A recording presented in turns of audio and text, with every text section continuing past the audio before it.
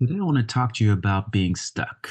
You know the feeling when you wake up in the morning and you feel this doubt or this frustration that you're not moving forward in your goals, whether it be financially, in your relationships, or emotionally, or spiritually. You just feel like you're coasting. You feel like you're numb to life. And it always feels like life is just kind of walking or passing you by. Well, I'm going to give you what happens to you when you're feeling these things and where does that come from and how we could shift this.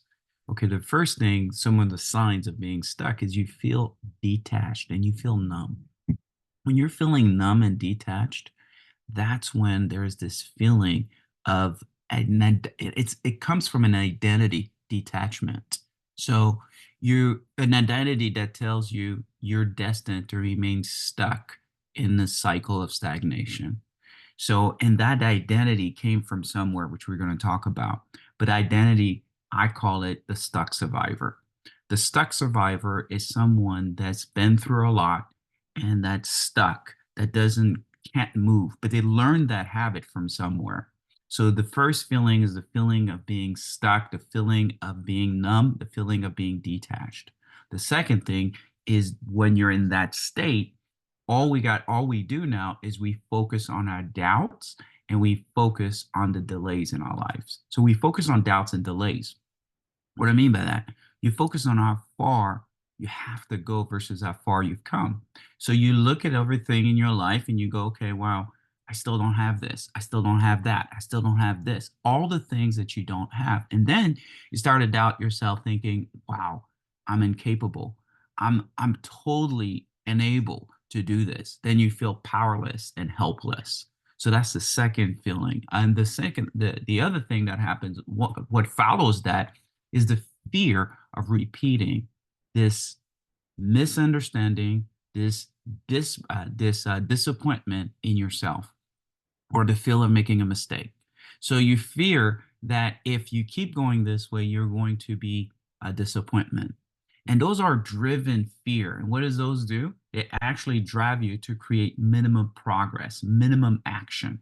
And also what it does, it creates a belief that you don't think that change will ever last. That in other words, change won't be lasting and you won't get that full transformation. So, where did it all come from? And I'll share with you my story. Where did I found that come from? Actually, growing up, I've seen my parents be addicted. One was addicted to alcohol, the other one was addicted to food. And they were always going back to the numbness, the habit of being numb. So subconsciously, as I grew up, as I saw that, they were not able to kick off their addiction, to kick off the way they numb the pain. Okay, just remember the way people that you grew up with, your parents or whoever the caretaker was, what they showed you is how you show up as well. So the first thing I would say, the first thing is to actually recognize the source of you being a stuck survivor. Being a stuck survivor, remember I said that's a label, but where is the source? What's the reason of you being stuck? What's the habit behind you being stuck? Like I said, for me, I realized numbing the pain was what I seen. I've seen people not deal with the pain and numbing the pain. So that is my default setting. But I took on that label. Just remember, every one of us takes on this label. So I have to recognize, where did I take the label from? Where did that come from? So like that, I'm not just fighting my habits and fighting the world and fighting my past. I'm fighting the root of where it came from. The second thing is we get to do is to reframe from selling yourself short. Reframe from selling yourself short. We constantly sell ourselves short. We say things like, "You're well, there's no way you could do this. Who do you think you are?" These thoughts in our head is literally selling ourselves short. Why would you sell yourself short? Because you're afraid. Afraid, like I said, of disappointment, afraid of being looked at like a failure, afraid of not being able to please people, just like you were not able to do growing up. So these are all subconscious belief that pulls us to do things a certain way, right? That really reinforce the stuck survivor. All right. So the last thing that I would do also is to recommit, rebuild, and re engage your true, authentic self. How do I do that? Well, first of all, you have to recommit. The reason why we're afraid of failure, because the feeling and the disappointment that comes with that.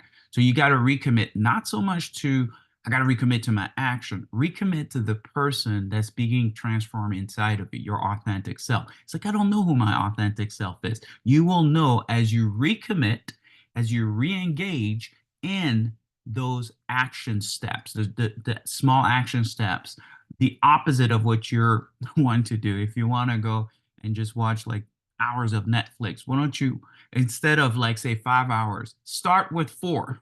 Like I'm going to take 1 hour to do what I need to do towards my goal. And I think sometimes we don't recommit because we want to recommit in a large, like we want to have leaps of different actions. We want a radical shifting. You don't need radical shifting. You need consistent shifting. You need to recommit consistently. You need to re-engage consistently, and you need to rebuild your authentic self consistently. And if you do this long enough, you'll get used to it. You'll see your life changing.